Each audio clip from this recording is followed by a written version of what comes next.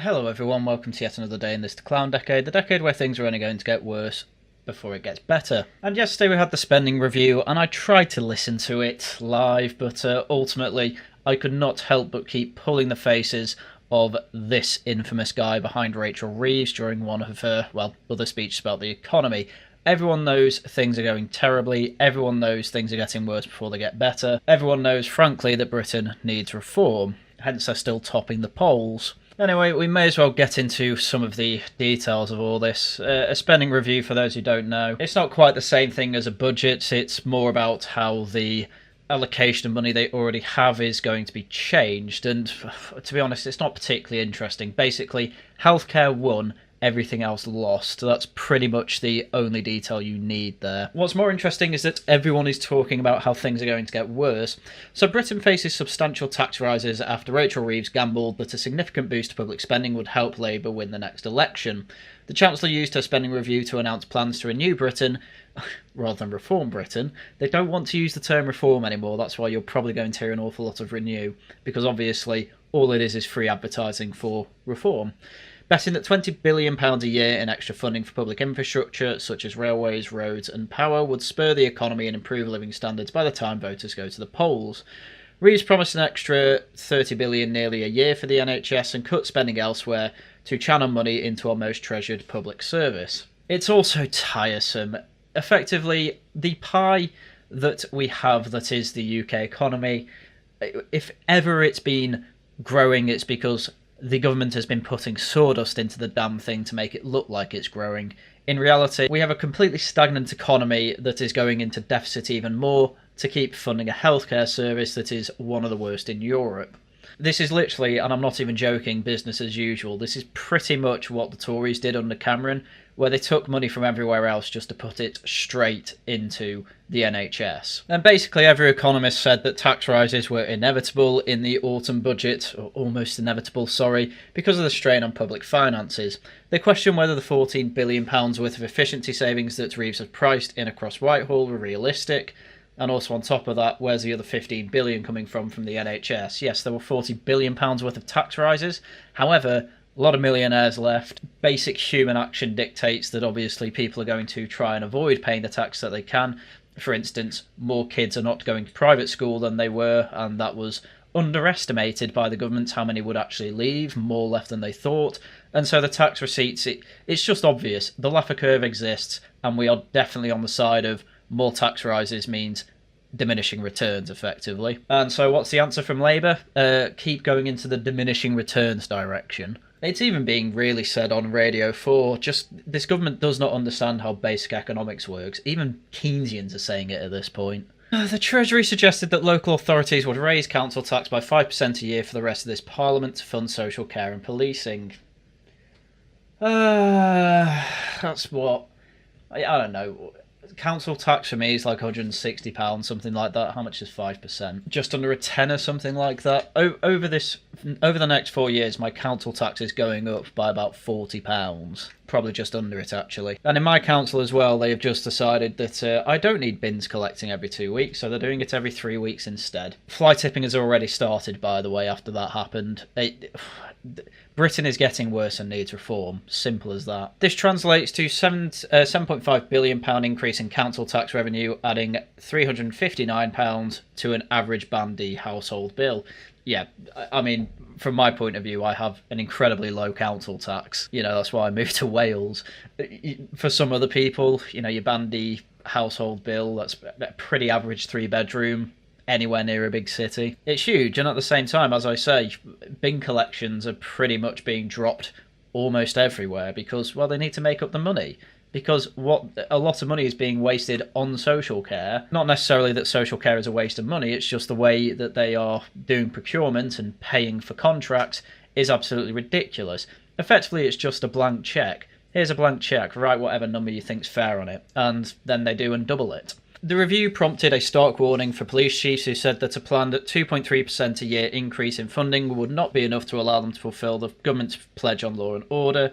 They said the settlement was hugely challenging. Not only that, but they're releasing a load of criminals as well that they were already complaining about, saying, well, we need way more funding to actually deal with the probation then. Reeves claimed she was adding £190 billion more to day-to-day running of our public services and an extra £113 billion to public investment. By the way, that is because Labour see any sort of money going to the NHS investment because effectively, you're investing in people. And because you invest in people and get their health better, that means that they can be more productive in the economy. This is, of course, if you ignore the fact that most people who use the NHS are effectively pensioners. But economists said she would have no choice but to raise taxes to pay for policies, including her winter fuel U-turn, and to keep the books balanced under her fiscal rules at a time when forecasts suggest a worse than expected outlook for growth, and my god, we're going into that soon. So, here's just a quick graph of the day-to-day spending cuts that are, being put in place. The Foreign Office is having a cut of about 7%, which is madness.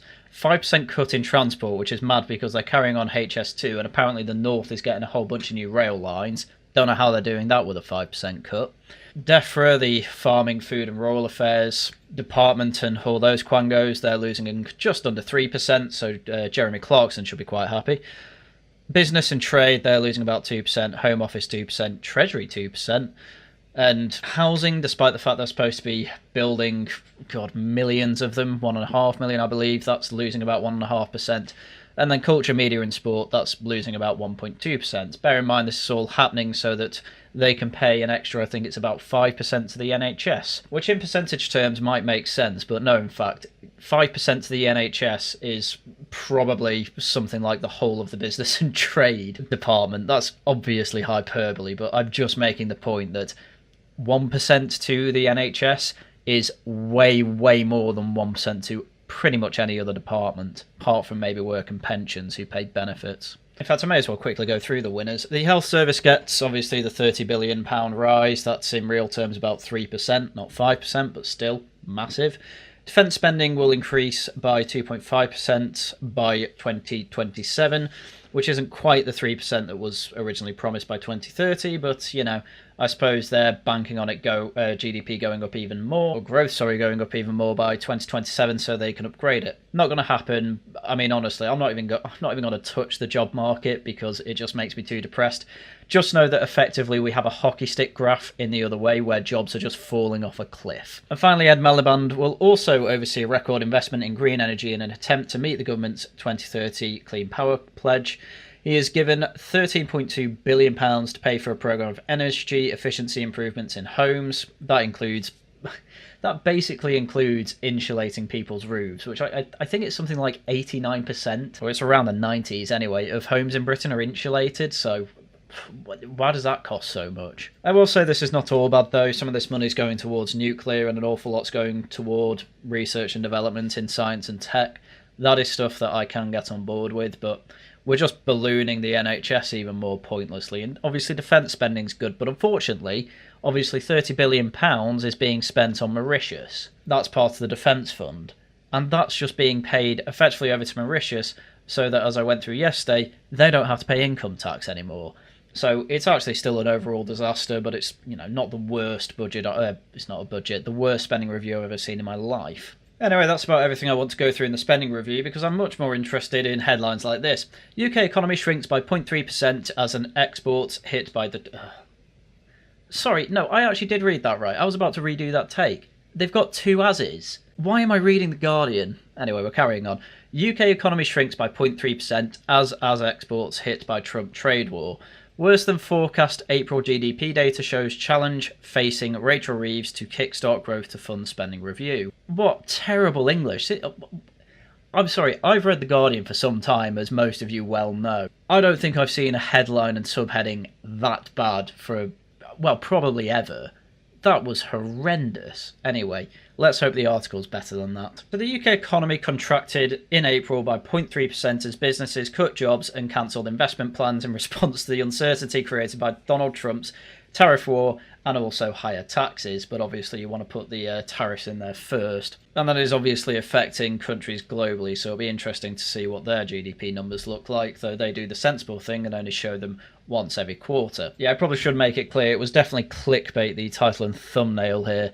Monthly GDP figures aren't the best for judging how an economy is doing. However, it does coincide with pretty much every other economic statistic that we have, such as employment. Figures from the ONS showed the economy went into reverse after growing by 0.2% in March and 0.5% in February. The reading, which was the worst monthly drop since October 2023, overshot city economists' expectations of a 0.1% contraction. Wow, how did it? 0.2? Really? 0.2 out. That's actually quite bad. The service sector suffered after a change to stamp duty rates in England and Northern Ireland that led to a sharp drop in house sales. The hit to estate agents, conveyancing lawyers and other property industry businesses helped push down the services sector by 0.4%. Yeah, I mean, Britain is effectively just a housing market at this point, so that makes sense. Liz McCune, the ONS Director of Economic Statistics, also pointed to the hit from Donald Trump's Liberation Day tariffs announced at the start of the month. After increasing for each of the 4 preceding months, April saw the largest monthly fall-off on record in goods exports to the US, with decreases seen across most types of goods following the recent introduction of tariffs. All pretty reasonable explanations, to be quite honest with you. And also, this was part of the reason that March had quite an uptick in growth. It's because everyone was trying to get effectively all the trading done with America before the tariffs hit. That's effectively what happened. And then obviously, post-tariffs hitting, well, it's all a bit of a disaster. Again, you need growth to be about 2% a year so that inflation doesn't go nuts. But we're at a point where they're probably going to end up borrowing, and we're probably going to have another load of inflation to try and lower that debt. And my God, yeah, you thought you felt COVID. Well, that's just going to be COVID all over again. But having to do that twice within the space of a decade, yeah, there's a reason that I keep going on about we should really be reading up on the 70s, because we are really having these same issues that we were then, and you're going to end up with another Thatcher. You just have to hope this time round that Thatcherism's put on steroids. Unfortunately, you can't say that, because saying you like Thatcher is frowned upon by basically everyone. But I am not a coward. The Guardian then also goes into the probably worst economic news you could actually listen to, and is very much an unironic recession indicator. The latest job data from HMRC showed the number of workers on company payrolls fell by 109,000 people in May, the largest monthly fall since the same period in 2020 during the first COVID lockdown. It's just nuts. This is rivaling the amount of jobs lost over COVID. How do you manage that? That is ridiculous economic mismanagement, and I'm constantly told the adults are back in the room. Honestly, Cummings is completely right. The establishment do not understand how anything works, and effectively constantly retreat to their echo chambers to be told that they're doing a good job. That's the only way I can see Rachel Reeves not having the shame to quit on the spot. More than 250,000 jobs have been lost in Britain since Reeves' autumn budget. The GDP data is a blow for the Chancellor, coming only a day after she laid out plans to grow the economy in a 3-year spending review, and it will disappoint ministers keen to show they've improved the UK's outlook. Yeah, they are going to get plenty of people on the doorstep saying you have ruined this country. And the funniest part is that's not even inaccurate. This is a theme in every video and stream that I do on this topic. Whenever I talk about the modern state of the UK public spending and economy situation, effectively I will get at least a few comments of people either saying, yeah, I know someone who's been fired, or I've been fired myself. Hell, I've had super chats from people effectively saying, sorry, I won't be able to throw any more super chats your way, I've just been sacked. And it's really depressing to see. Hell, even in my job, you're basically hearing from every other company that, yeah, there's, they call it restructuring, but it's giving me flashbacks to 2008 when my dad got depressed because of how many people he had to fire. That is the situation we're in. We're in a really slow motion recession, and it's speeding up because this Labour government doesn't understand economics. Anyway, on the point of monthly GDP numbers, Simon French, ex-Cabinet Office, civil servant, but now works in an economics think tank, basically makes the point that, yeah, monthly GDP prints are just complete noise. You can barely see a pattern emerging. You effectively need to rolling average these things with the quarterly numbers, which I do largely agree with. And so we're probably actually going to see a slight increase in Q1 in GDP. Come to Q2, though, I can't see this getting any better, especially with the amount of people now out of work. Anyway, someone asked him for the state versus private GDP numbers, and yeah, this just really makes the point of how this is all just horrific. State spending compared to 2019, just before COVID, has only risen and risen and risen, pretty much with where it was from before COVID. Private sector, not even recovered. Not even recovered. It's pretty much at the same place it was pre-COVID. That is a disaster waiting to happen. Part of the reason an awful lot of people have moved to reform on the right of the Tories is exactly because of this. And now that Labour are in charge, you'd think a lot of left-wingers are realising, oh, actually, they don't know what they're doing with the economy. I've had some cheap red meat from reform, why not vote for them? Again, I would rather just not have these issues at all. But these issues are only going to get worse, so in some ways I have to be quite thankful that they're ruining it as quickly as they are, because it means that reform's popularity is only going to improve, and then they can finally make the changes that are needed to actually deal with this. If they get Dominic Cummings on board as some sort of advisor, you're looking at best case scenario, really. Andrew Lilko, another man I follow to keep decent takes up to date on the economy, has pointed out that after this spending review, 44.6% of GDP is public spending. And you've got to bear in mind that about 38% of GDP is the maximum level of tax the UK economy has been able to sustain. In other words, we're past the Laffer curve, and we're basically not able to effectively publicly spend more than about 38%. And, we are 6% above that. In fact, if you round up, you're close to 7%. So we're talking about a 6% deficit every year with GDP growth of 1 to 1.5%. The government will have to raise the inflation target and inflate away the debt, which is what I said before. And again, who's going to feel that? Literally everybody. We're beyond the point of there being no money. We are at the point where the note being left is, oh, actually, we have actually just bankrupted ourselves, rather than we've got no public money left. And Labour don't care, because Labour think you could just effectively bribe your way into Parliament yet again, but they're so hated it's never going to happen. Anyway, obviously as a result of all this and everyone pointing out that this is actually pretty dire, Keir Starmer did try and save face by making a rather large Twitter thread, but I just want to go through the first couple of tweets because it falls down at the first hurdle. So, being in government means making tough but fair choices. The Tories might have found it easier to duck them, but I have never been willing to do that. It wouldn't live up to the promise of change on which my government was elected. Okay. And I'm not being funny. While things are largely the same, the change really has been everything's got worse. So let's see how we fight that narrative. In the budget last year, my government made the tough but fair decision to apply VAT to private schools. The Tories opposed it, Reform opposed it. Today, because of that choice, we've announced the largest investment in affordable housing in a generation, which is one of the funniest things I think you could read. Because the entire point of taxing schools, private schools I should say, was effectively to siphon more money off parents who are already taking pressure off the state school sector, to put them in private school, and instead take more money out of them to then throw at the state school system. And also on top of that, the whole excuse of, oh, well, if you have an exodus of pupils from private schools to state schools, it's okay because the returns will be way more and we'll be able to have enough teachers to easily cope with that. Neither of those things have happened, and they're not even keeping to the pledge of more teachers or more funding for state schools. In other words, they kneecapped the private school system, which was largely helping the state school system, and in its place, they are doing absolutely nothing to help the now even more overloaded state school system. Instead, it's to build more houses, which no doubt will be used to house an awful lot more migrants, because another thing they're saying is, oh, we won't use migrant hotels anymore, we'll save $1 billion, because instead they're looking to, build more dedicated accommodation for these illegal immigrants. How that's different to the Bibby Stockholm, don't ask me. I suppose one argument is that you wouldn't expect these dedicated accommodations to have some of the diseases that the Bibby Stockholm managed to get, but it's just absolutely ridiculous. More money is being siphoned from the British taxpayer effectively to, once again, help out people who have not been in the country for even a year. That is what you're being told here. Now, I am a big YIMBY, and I do like building houses, but they are doing nothing to try and stifle migration.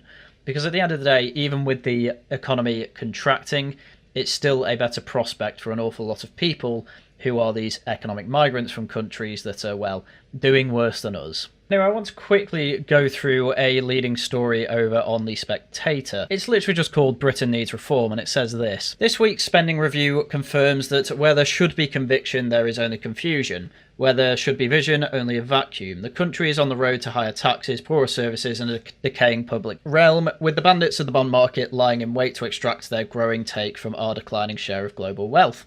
The Chancellor approached this spending review with her credibility already undermined. Promise not to raise tax on working people translated into tax on work itself, which has driven up unemployment.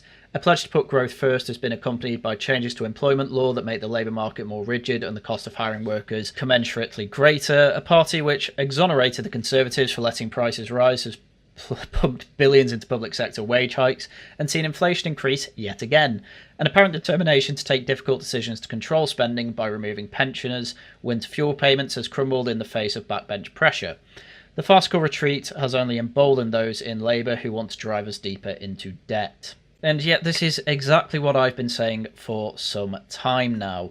Everything's getting worse. They don't know how the economy works. They just think more public spending can only mean good investment decisions, which leads to more growth, look line go up, and that's not quite the whole story, obviously. In fact, it's not even 5% of it. It's actively giving you misinformation, and you, Labour I mean, are fine to soak themselves in that bath. So after a couple of paragraphs of spending addiction with the NHS and defence, while obviously the lower priority ones lose out, it says that the greatest sin of the spending review is one omission. There is no indication that all this additional expenditure will be accompanied by meaningful public sector reform. The civil service headcount is growing. In education, the greater autonomy and accountability which drove up school standards has been abandoned. Our shoddily ineffective criminal justice system remains a mess of unaccountable fiefdoms. Lamentably, inadequate chief constables hide their failures behind the alibi of operational independence. The Crown Prosecution Service is creaking liability and courts are hidebound by a judiciary that resists effective management of their operations. The additional money for defence is going to a department whose procurement policies are hardly a model of prudence. And despite the best efforts of West Streeting, one cabinet minister who's at least intent on reform, the extra crash for the NHS risk being swallowed by its staff union rather than being used to create incentives for change. I hate to say it, but that is all probably true. And yes, I hate to say it, this is indeed nothing but a black pill video. The failure to fundamentally reform the functioning government is all too visible in every operation of the state. Britain desperately needs reform, but our government offers only the inadequate management of accelerating decline. And it ends on this absolutely heartbreaking note. While the state proves incapable of reform, our parliament is attempting to prove it is world-leading in the terminating of innocent lives. Legislation to make it easier to kill the ill and elderly, the private member's bill to encourage suicide, appears still to enjoy majority support, and next week Labour MPs seek to amend the crime and policing bill to decriminalise abortion. The state should undoubtedly treat any decision to terminate a pregnancy with severity, but this amendment is an invitation to abusive partners to coerce vulnerable women into late-stage abortions and remove one of the last protections unborn children still have. Do we really want a decade to be one which the only thing we do more efficiently than ever is kill innocent souls? And that indeed is going to be the legacy of especially this Labour government, but also it's going to involve the last 15 years of the Tories too. Ultimately, they set up the conditions that allowed for Labour to get in and effectively do what they want, simply because they absolutely ruined any of their credibility post Boris Johnson, post Liz Truss, post Rishi Sunak.